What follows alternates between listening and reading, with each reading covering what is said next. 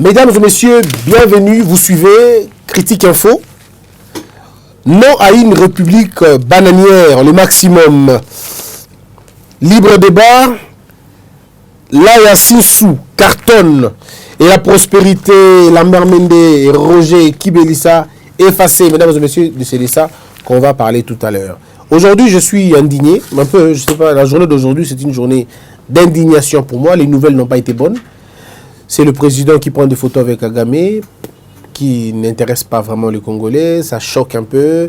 Ça remue les blessures, les couteaux dans la blessure, les gens qui ont perdu des gens, des familles à cause de ce monsieur, de sa politique mercantile. Eh bien, ça a toujours dérangé, hein, ça a vraiment dérangé les gens, il faut le dire.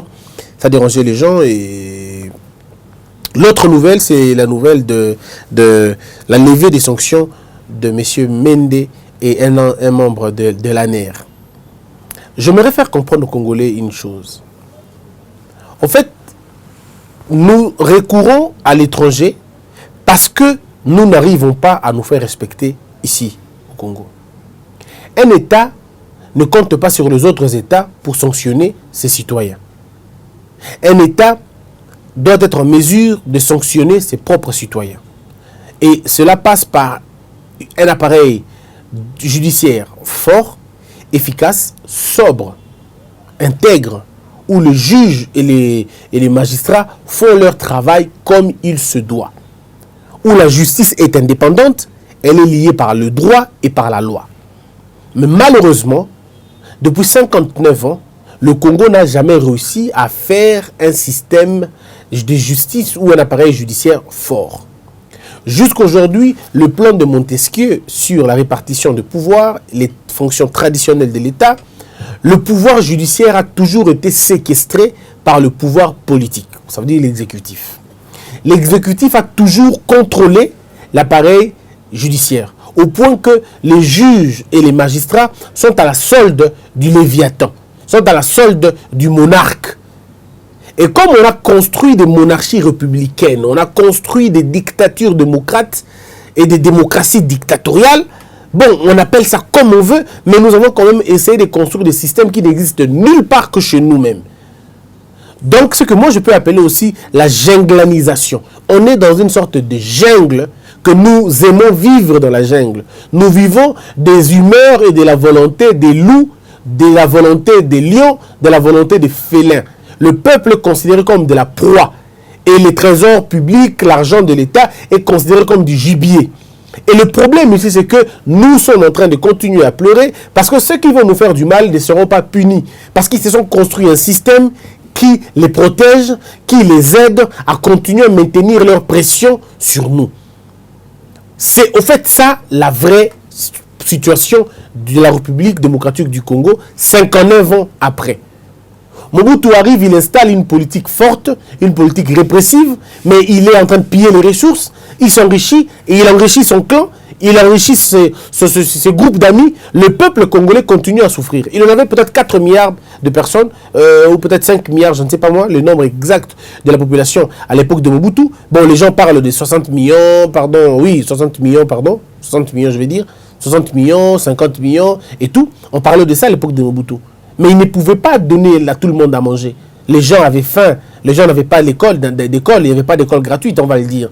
Pas d'école gratuite à un certain moment, pas de droit de santé, d'accessibilité à la santé, plus de routes, la vie était en train de mourir. Kabila le père arrive, eh bien c'est la même chose, il trouve lui aussi une population qui va finalement galoper très rapidement. On atteint rapidement 70 millions de personnes, très rapidement en tout cas 70 millions de personnes, et Kabila Joseph arrive, il fait lui 18 ans, et quand il part, le pays a pratiquement plus de 100 millions de personnes. Ça veut dire 100 millions de personnes à nourrir, moins de ressources générées, le pillage, les détournements, la gabegie financière, tous les maux, la prédation et ainsi de suite, même la prédatocratie, va finalement être imprimée comme une donne de gestion, et on est là où on est aujourd'hui.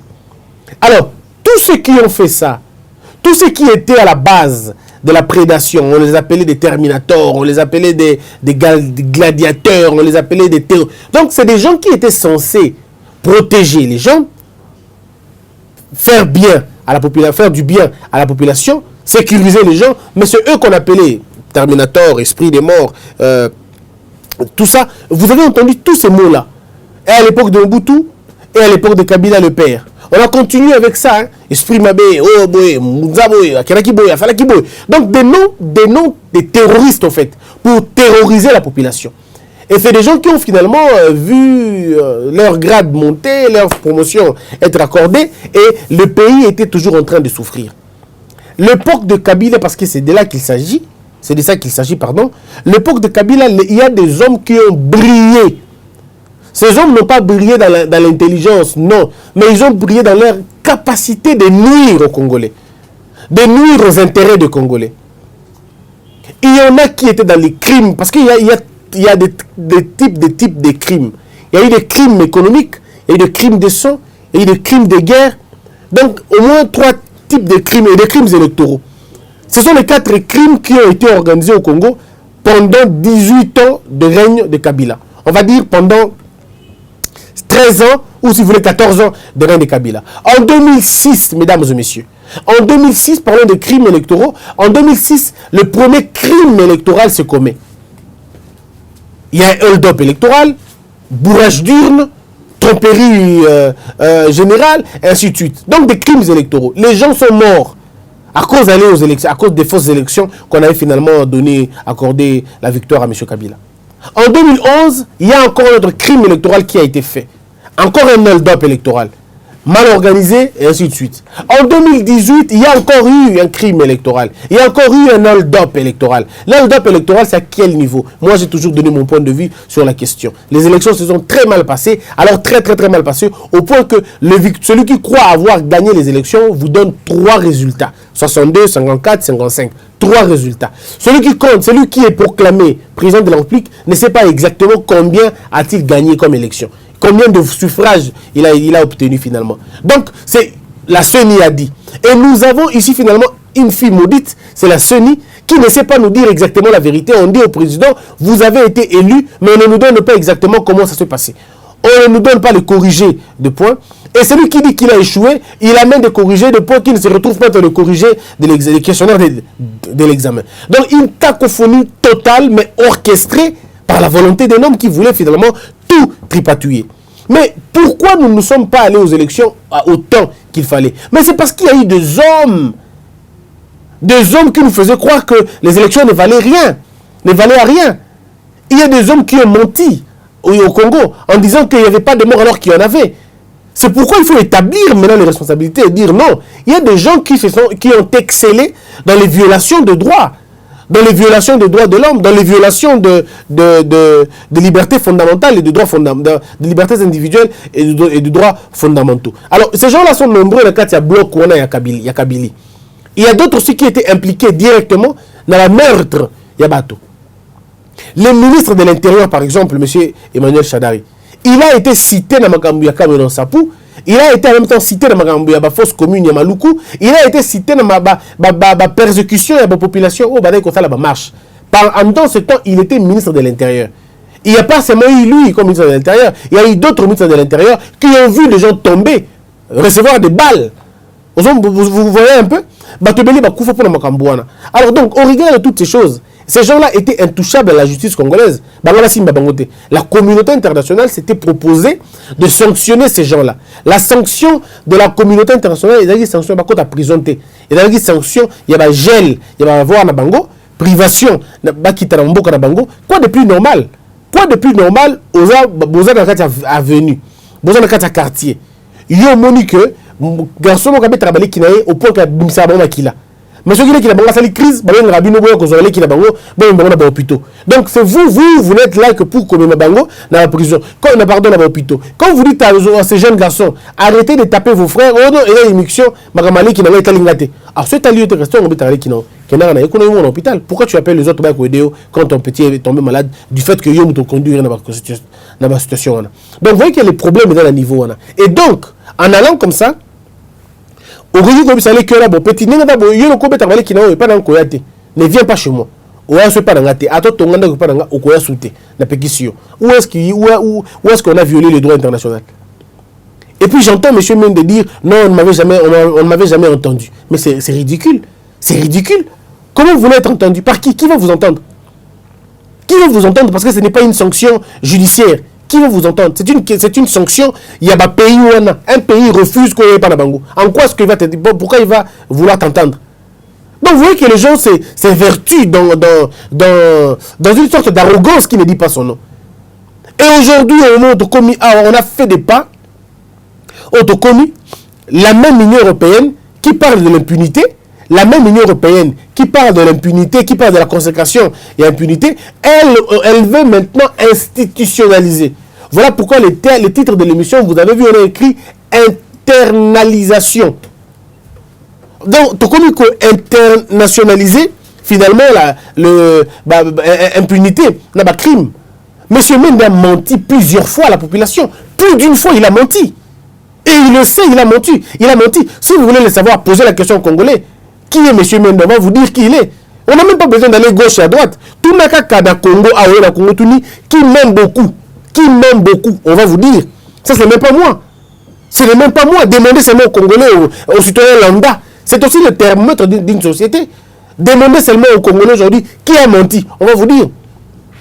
Aujourd'hui, vous avez M. Jolino Makelele. Les gens n'arrivent pas à comprendre sa politique parce qu'il ne ment pas. Parce qu'il ne vient pas raconter des choses comme M. Mende le faisait. M. Mende a dit au Congo, ici, au Congo, qu'il n'y avait pas de mort alors que Rossichi était décédé. Il ne l'avait pas dit. Il a dit quand le CLC est revenu pour prouver, c'est là qu'il est revenu pour dire effectivement, il y a eu 2 morts. Mais qu'est-ce qu'il a dit avant? Il ne faut pas comprendre les gens comme des petits enfants, et ainsi de suite. L'Union européenne, vous devez avoir honte. Et puis, de toute façon, moi, je n'ai jamais cru en vous. Moi, je n'ai jamais cru en vous parce que je vous ai toujours dit, moi, je le dis toujours sans avoir peur, vous n'êtes qu'un groupe, vous êtes pareil avec eux. Vous êtes pareil. Ces gens-là vous payent de l'argent, ils payent des lobbying et ces gens viennent parler français chez vous, ils viennent raconter des histoires et vous le croyez. Et aujourd'hui, vous dites non, Tolingito, et quand vous voulez faire porter les chapeaux, vous faites porter les chapeaux à qui vous voulez. Parce qu'on a demandé, on leur a demandé. Est-ce que quand vous les avez sanctionnés, vous avez demandé la permission de Kabila? Quand vous avez sanctionné ces gens-là, avez-vous demandé la permission de Kabila? Il était président. Pourquoi, lorsque vous voulez enlever les sanctions, vous allez demander à Félix Tshisekedi? C'est de l'hypocrisie. C'est de l'hypocrisie. La Belgique, vous devez avoir honte. L'Union européenne, vous devriez avoir honte. Moi, à votre place, j'aurais honte. Lorsque vous avez sanctionné les gens, vous n'avez pas demandé à Kabila la permission. Mais lorsque vous voulez enlever les sanctions, vous voulez retirer les sanctions, vous demandez à Félix la permission. C'est une honte. C'est de l'hypocrisie. C'est vraiment de l'hypocrisie. Les gens que vous ne sanctionnez pas, rassurez-vous d'une seule chose, même si vous le retirez, sanction Nabino, nos cœurs continueront à les sanctionner. Et les crimes pour lesquels ils sont cités, pour lesquels ils sont complices, ne resteront pas impunis. Ça, vous devez le savoir. Et la Belgique portera la responsabilité, vous partagez la responsabilité. Vous êtes des complices, vous aussi. Vous partagez le sang de tous ces Congolais qui sont décédés dans ces régimes aussi suicidaires et ces régimes aussi criminels que le régime passé. Moi, j'ai honte d'être... j'ai honte. Je ne sais pas comment on fait. Je ne sais pas comment on fait, quoi. Vous êtes le premier à prendre des sanctions. Qu'est-ce qui a évolué, dites-moi? Qu'est-ce qui a évolué pour que les sanctions de M. Mende soient finalement retirées? Vous établissez la limite à partir de quand? À partir de quand on est complice et à partir de quand on ne l'est pas? Qui est complice et qui ne l'est pas? Et c'est lui qui dit que les atrocités ne se font pas, alors que les atrocités se commettent. Et c'est lui qui dit que notre gouvernement est bien, notre gouvernement n'est pas responsable de quoi que ce soit, alors que nous avons des problèmes. C'est lui qui dit que l'armée n'a pas été impliquée dans le massacre de l'Est du pays, alors que la population voyait les militaires en train de violer les femmes, en train de tuer les femmes. Ces gens-là en ont parlé. Suivez les informations, vous allez vous rendre compte. Suivez les rapports internationaux, on en parle. Mais lorsque quelqu'un, comme M. Mende, était ici en train de critiquer l'Union européenne, de critiquer les États-Unis, de dire qu'ils mentaient, tous les rapports étaient faux. M. Mende a traité de toutes les ONG des aventurières. Toutes les ONG des aventurières. Quelqu'un qui a nargué la communauté internationale, qui a nargué le Congolais eux-mêmes, et vous dites aujourd'hui, non, il est temps non, vous devez avoir honte. Si vous pouvez prendre, c'est juste cette partie de la vidéo et la diffuser. Union européenne et Belgique, j'ai honte d'être vous. Vous faites la honte de la race humaine. Vous faites la honte de la vérité. Vous faites la honte. Et vous avez les sangs de tous les Congolais qui sont tombés pendant les 18 ans. Vous avez la responsabilité de cela. Et ça va peser sur vos consciences. Vous avez vu les machettes avec lesquelles on tranche les gens la gorge là-bas. Vous avez vu ces petits enfants qui sont finalement pilonnés dans les mortiers. Vous avez vu des enfants qu'on cogne contre les murs. Vous avez vu des femmes qu'on viole. Et vous osez dire aujourd'hui que ces gens n'étaient pas au courant de ça. Vous devez avoir honte. Vous devez avoir honte lorsque vous êtes dans une sorte d'assemblée. Vous êtes nombreux en train de parler français. Mais vous ne dites jamais la vérité, quoi. Jamais la vérité. L'ANER. Qui ne connaît pas ce que l'ANER faisait au Congo? Qui ne connaît pas ce que l'ANER faisait au Congo? Voulez-vous que je vous cite les noms des gens qui sont passés dans l'ANER? Par l'ANER? Ou vous voulez qu'on cite les noms des gens qui ont attrapé la démence parce qu'ils ont été enfermés à l'ANER? Vous voulez qu'on en parle aujourd'hui? Et c'est aujourd'hui que vous trouvez le moyen, le moment de retirer comment on appelle, les sanctions. Pendant que le peuple a besoin de vous, la justice congolaise, elle est truquée. La justice congolaise, elle est finalement inféodée. Elle est politisée. Le peuple congolais a besoin du soutien de la communauté internationale. On était un peu plus en paix quand ces gens-là étaient maintenus dans la sanction. Ça calmait un peu leur arrogance. Ça calmait un peu leur brutalité. Aujourd'hui, vous le levez et ils viennent triompher. Il faut entendre M. Mende le matin, mais quel triomphe! Il est en train de triompher. Il dit, mais moi, je n'étais même pas au courant des situations irrégulières. Non, mais vous leur avez donné des béquilles. Hein. Vous leur avez donné des béquilles. Alors, il ne faut plus vous plaindre. Ne donnez plus de leçons aux gens. Ne venez pas raconter. Et pourquoi vous gardez les 12 personnes encore? Pourquoi vous les gardez? Libérez-les. Libérez tout ça, laissez tomber. Laissez tomber, c'est déjà fini. Vous allez raconter aux petits messieurs de la rue, et ils vont croire dans vos discours. Nous autres, on ne croira pas. Nous savons que c'est au prix de l'argent. Je me tourne vers l'Amérique, que j'ai toujours condamné aussi. Je me tourne vers eux et je vous demande, au moins vous, ne changez pas. Maintenez vos sanctions. Transformez vos sanctions en des poursuites judiciaires. Si vous voulez, venez au Congo récolter les plaintes des gens. Le Congolais va vous dire des choses. Vous avez l'argent, venez au Congo. Faites des bureaux ouverts. Je vous propose, faites des bureaux ouverts. Faites des bureaux populaires de plaintes. Enregistrez les plaintes des gens, vous allez voir. Vous serez scandalisés. Ce qui s'est passé au Congo pendant 18 ans peut vous aider à mettre même à ajouter une autre infraction. C'est ces pays. Vous parlez de l'agression, on est bien d'accord. Viol, on est bien d'accord. Crime contre l'humanité, on est bien d'accord. Mais est-ce que vous parlez aussi du terrorisme du peuple? Est-ce que vous parlez du terrorisme? Un gouvernement qui terrorise sa population. Un gouvernement qui terrorise sa population. Ça, vous n'en parlez pas? Ça, ce n'est pas un crime? Est-ce que vous avez vu comment les Congolais ont peur? Mais les Congolais ont terriblement peur. Terriblement peur. Ils ont terriblement peur parce qu'ils savent qu'à un moment donné, ça peut casser. Pourquoi ont-ils peur? Parce qu'on a hérité un régime qui faisait peur aux Congolais. On ne pouvait même pas parler. Alors dites-moi maintenant, où sommes-nous aujourd'hui? L'Union européenne, ressaisissez-vous. Ressaisissez-vous. Il n'est pas question de marcher sur vos propres principes. Ressaisissez-vous. Parce que ce que vous faites, ce n'est ni de loin, ni de près la honte. Je n'ai même pas envie de vous dire d'aller doucement. Ici, n'allez même pas doucement. Ça, vous êtes allé fort. Vous êtes allé fort. Les gens se posent des questions, par exemple. J'ai été à un débat avec quelqu'un, excusez-moi, qui me disait, mais Christian, c'est vrai, bon, on va aussi voir un peu, qu'est-ce que tu reproches vraiment à Mende? Tu lui reproches quoi? Qu'est-ce que lui vraiment il avait fait? Yamabe Wana. Non, mais il faut qu'on se le dise. Il faut qu'on se le dise. Le ministre de la communication, le porte-parole du gouvernement, mais c'est pas n'importe qui. C'est pas n'importe qui. C'est quelqu'un de très important. C'est quelqu'un de très important. C'est quelqu'un sur qui on ne peut même... Il y a des choses qu'on ne peut pas dire. Oh non, non, mais c'est des choses qu'il faut comprendre et qu'il faut voir. Monsieur Mende était responsable de beaucoup de choses. Je vous ai dit ici, lorsqu'on avait gazé les policiers, les prêtres, dans l'église catholique. Qu'est-ce que M. Mende avait dit? M. Mende avait considéré les prêtres comme des petits voyous. C'est lui qui a dit ça. Alors, quand vous arrivez déjà à inverser les valeurs dans votre propre pays, les prêtres deviennent de voyous, alors qui est sérieux maintenant? Lorsqu'à l'Équateur tombait mon jeune frère Éric Boloko, suite à la barbarie, qu'est-ce que M. Mende a dit? M. Mende a dit que c'était un badaud. Il a considéré tous ceux qui descendaient dans la rue, tous ceux qui protestaient comme des badauds. Alors l'Union européenne aujourd'hui, c'est le moment pour vous de trouver, de retirer des sanctions.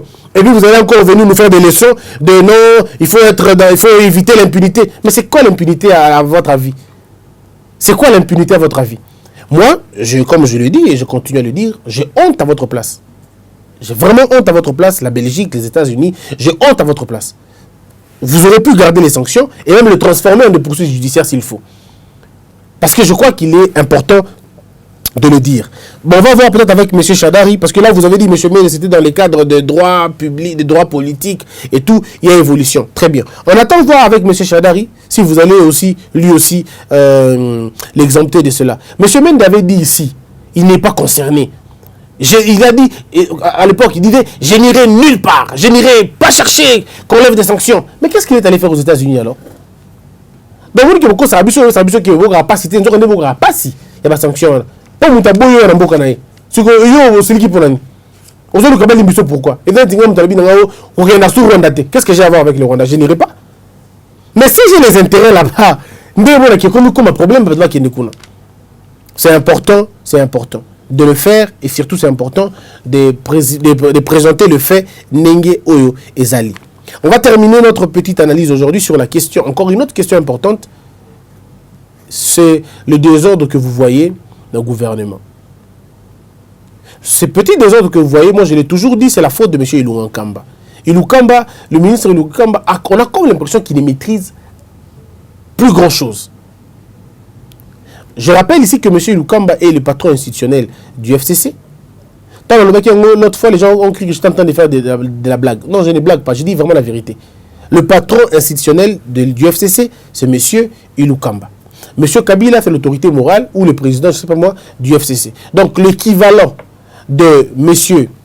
Kabound, il va Kabila. Kabila pour le FCC, Kabound pour les cash. Félix Tshisekedi doit se concerter souvent avec M. Ilunga Nkamba. Mais le comportement, tout le monde a su qu'on a cabinet, il y a bureau, il y a gouvernement, j'ai comme l'impression que M. Ilunga Nkamba, soit il a peur, soit il n'a pas assez d'étoffe, soit il n'a pas assez de maîtrise à cabinet. Parce que regardez, comment on peut refuser à un vice-ministre, à côté d'un bureau, et c'est décidé par un ministre. J'aurais aimé que le premier ministre, parce qu'on entend le rumeur, non, comme quoi, non, le vice-ministre a eu cabinet, à la place. Mais ce n'est pas une décision que le ministre doit prendre. S'il y a un égarement, ça se discute au niveau du Conseil des ministres. Et le ministre prend une décision. Mais le Premier ministre, pardon. Mais pourquoi c'est le ministre des Finances qui est cité dans Makambouana? Et tout ce qu'on voit sur les vidéos, on voit les militaires, pas les policiers. Des militaires venir, agent et ministre, et vice-ministre, quand on a cabinet. Mais attendez, moi si je suis Premier ministre, à ce moment je démissionne. J'ai comme l'impression qu'on ne vous respecte pas. Nous sommes dans ce pays où le ministre de la décentralisation, qui est inférieur par rapport au vice-premier ministre de l'Intérieur. Et le ministre de la décentralisation a quand même l'éternel et le toujours ministre de la décentralisation a quand même les kilos d'écrire au ministre de l'Intérieur et demander au ministre de l'Intérieur d'aller parler à des délinquants. C'est-à-dire les gouverneurs qui se sont écartés de la loi, le vice-ministre de l'Intérieur, le vice-premier ministre chargé de l'Intérieur, doit aller négocier avec des gouverneurs rebelles. Et celui qui le dit, c'est le ministre de la décentralisation. Et il écrit au vice-premier ministre, personne ne dit mot. Le premier ministre ne l'interpelle pas. Nous avons vu la lettre du ministre de la Justice, écrivant à celui des affaires foncières. Mais c'est pratiquement un professeur qui écrit à son élève. Sans aucun respect, sans aucune délicatesse, rien du tout. Le Premier ministre ne rappelle pas ça. Et aujourd'hui, nous tombons dans la même chose. C'est maintenant lui-même, le Premier ministre, qui demande au vice-premier ministre une demande d'explication, mais il saisit quel canal? C'est les réseaux sociaux. Donc, le vice-premier ministre est, comme tout le monde, dans WhatsApp, Ceux qui ont un groupe dans le UDPS, ceux qui ont un groupe dans le ministre, à manipuler dans WhatsApp, oh non, le Premier ministre demande des sanctions, demande des demandes d'explications. Mais est-ce qu'on comprend ce qu'on veut vraiment faire? Est-ce qu'on comprend vraiment ce qu'on veut faire? Parfois, je me dis, mais qu'est-ce que l'on veut créer dans ce pays? La morale, elle est où? Les bons, il y a des choses, même quand vous n'allez pas, même si vous n'avez pas fait de grandes études, mais les bons sens seulement, les bons sens. Vous faites comprendre que t'es Oyo, et il ne fallait pas y salir. Oyo, et il ne fallait pas y salir. Absence de coordination. Et cette guerre entre le FCC et les cash, et les gens du FCC font un mauvais calcul. Ils pensent qu'en pourrissant l'affaire, c'est eux qui gagnent. Mais ce qu'ils ne comprennent pas, c'est qu'ils doivent considérer l'alliance au Bazanango comme un pardon du peuple. C'est ce qu'ils doivent comprendre. Si aujourd'hui le peuple ne se révolte pas, parce que le peuple ne veut pas brûler la maison dans laquelle le bébé se trouve à l'intérieur, n'eût été l'alliance FCC Cash, on ne serait pas là aujourd'hui. On ne serait pas là aujourd'hui, on serait certainement dans autre chose. Alors, au lieu de prendre ça comme une bonne chose, au lieu de prendre ça comme une occasion un peu de se taire et d'observer des lois, on ne vous demande pas de majorité on vous demande de continuer avec votre majorité, mais soyez assez humble. Ne soyez pas là pour bloquer Makambu. Parce que ça ne peut pas faire avancer les choses. Et ne prenez pas les Congolais pour de bêtes. Les Congolais savent que vous êtes majoritaire dans le gouvernement. Vous êtes majoritaire dans l'Assemblée nationale. Vous êtes majoritaire dans l'Assemblée provinciale. Le peuple congolais sait. Et aujourd'hui, le peuple est un peu plus mature qu'avant. Ça veut dire, si vous n'arrivez pas, en tout cas, si vous n'arrivez pas à mieux faire les choses, l'échec sera partagé. C'est vrai, Fachi va échouer dans son premier mandat, mais vous aurez échoué davantage. Vous aurez échoué davantage. Donc, le moment ici, ce n'est pas le moment de guérilla. Ce n'est pas le moment de guerre de palais. Le moment ici, c'est le moment de travailler ensemble, de comprendre l'intérêt, de faire avancer les choses. Vous allez bloquer. À la fin de compte, vous bloquez vous-même. À la fin de compte, vous bloquez vous-même. Moi, je pose deux questions avant de terminer cette émission. Qu'est-ce qu'il arrive aujourd'hui si le président se réveille un matin et dit, bon, d'accord, c'est fini avec le Premier ministre, je le révoque. Qu'est-ce qui va se passer? Que chacun de nous médite un peu. Qu'est-ce qui se passe aujourd'hui si le président dit, bon, d'accord, monsieur Ilunga on n'a pas la même vision, on arrête, je vous révoque. Qu'est-ce qui se passe exactement? Quelle sera la réaction du Parlement? Crise, place crise, alors ça la crise. Je vous pose la question, qu'est-ce qui va se passer exactement? Il le fait. Qu'est-ce qui se passe? Vous voyez que le problème est beaucoup plus grand que vous le croyez. Hein? Et je crois qu'en le faisant, le Congolais, il faut comprendre que nous avons besoin de la paix, nous avons besoin du progrès. Nous n'avons pas besoin du militantisme dans la gestion du pays. Jusqu'aujourd'hui, moi, je continue toujours à attendre la démission du gouverneur Ngobila. J'attends la démission du gouverneur Ngobila parce que de toute façon, vous êtes secrétaire exécutif du PPRD. Vous êtes déjà secrétaire exécutif du PPRD. Comme vous n'avez pas renoncé à cela, et c'est M. Chadar qui vous a exposé, comme il a exposé M. Didier Ntumba, comme il a exposé le prof Nyabirungu, il a dit que vous étiez pas na bango. Bon, maintenant, Yope, à commission, Mutuna bango. Donc, bah, maintenant, Siko, secrétaire exécutif. Oh, Mobeko Mboka, bon, on a dit que l'Ingano Mobeko côté, Mobeko Mboka et Pekisio. Et le bureau, on commune d'un parti politique, qu'on s'en allait tout sous, aux sous gouverneur. Donc, c'est la décision. Parce que je crains que l'acte ne soit opposé à la nulle et de nul effet pour oser sur la statut. Alors donc, je crois qu'à un moment donné, il faut réfléchir sur la question pour que Makambo ait bien. Merci beaucoup, mesdames, mesdemoiselles et messieurs. Je rappelle que nous allons fêter notre premier anniversaire le 23 de ce mois. Ce sera un anniversaire. Il y a Congo Buzz, un an. Donc, si vous allez être à Kinshasa pendant cette période-là, n'hésitez pas à passer chez nous. On va essayer de prendre un petit verre d'amitié et prendre l'année prochaine en bien. Faites-nous de petites vidéos de 2 minutes. Dites-nous ce qui a marché l'année, ce qui n'a pas marché. Faites-nous comprendre ma suggestion, ma remarque. On va les prendre et causer à la mission un très grand plaisir. Cette émission, je la dédie aujourd'hui à un maître. Oui, un maître. Quand je dis un maître des pensées, oui, je pense à Maître Richard Bondo. À lui, je dédie cette émission. Merci d'avoir été nombreux. On se retrouve très prochainement. Que la peur quitte nos esprits et que Dieu bénisse les RDC.